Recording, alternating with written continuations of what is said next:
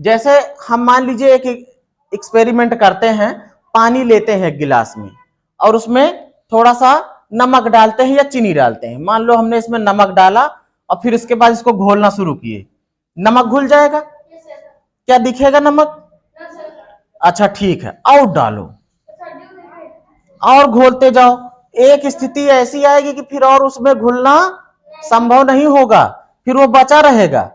तो देखो, जब तक घुल रहा था तब तक असंतृप्त, और जब घुलना बंद हो गया तो संतृप्त। इसको ऐसे समझो, कब तक भूखा है कब भूखा नहीं है। असंतृप्त मतलब अभी भूखा है, संतृप्त मतलब पेट भर गया।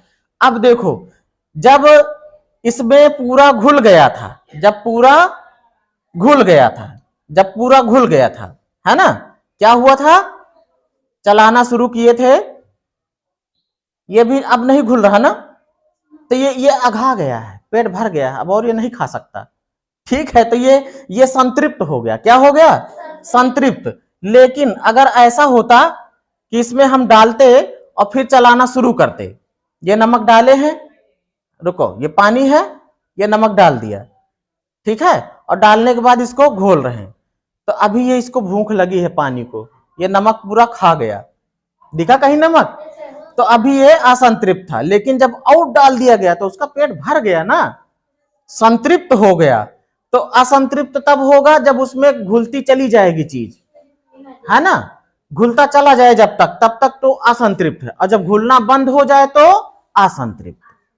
जब तक उल्टा हो गया जब तक घुलता जाए तब तक असंतृप्त, और जब घुलना बंद हो जाए तो फिर संतृप्त हो गया। भाई खाता जा रहा तब तक खाता जाएगा जब तक उसको भूख है, और जब पेट भर गया तो खाना बंद, फिर खाना बचा रहेगा, फिर और खा नहीं पाएगा। इसका मतलब कि वो उसका पेट भर गया, संतृप्त हो गया।